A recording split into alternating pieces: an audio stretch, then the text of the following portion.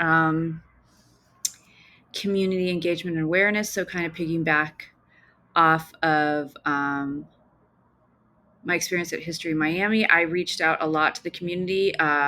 In 2025 and beyond, community is going to be the most important thing you sell more than your product or service.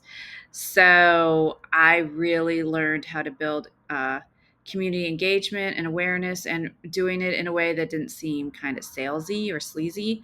But I went out and I did so many speeches. I did 31 speeches, 73 interactive projects, 16 presentations and tutorials.